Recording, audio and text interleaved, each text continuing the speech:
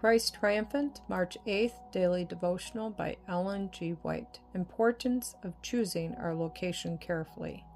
And Lot lifted up his eyes and beheld all the plain of the Jordan, that it was well watered everywhere. Genesis chapter 13, verse 10.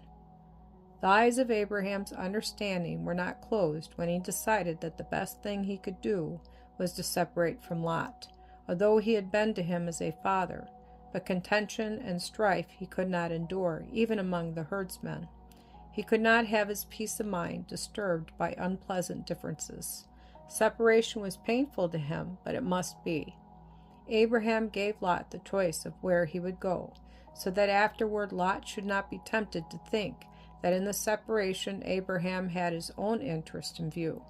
Lot chose a beautiful location near Sodom.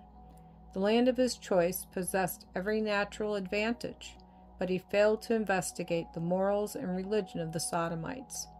We have on record his after history.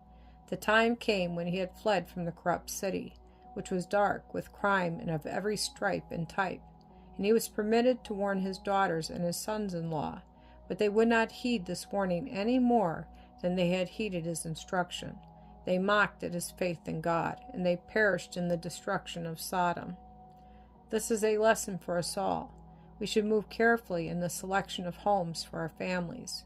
We should seek the help of the Lord in the training of our children and their choice of a life work. Every family should constantly look to God, trusting in Him to guide aright. Sharp discrimination is necessary in order to avoid following a wrong course for the sake of worldly gain. The Lord's will is to be our will. God must be made first and last and best in everything. We are to be as teachable as a little child, moving carefully and with entire trust in God. Our eternal interests are involved in the steps we take, whether we move heavenward toward the city whose maker and builder is God, or earthward toward Sodom's beautiful attractions. God does not consult our opinions or preferences.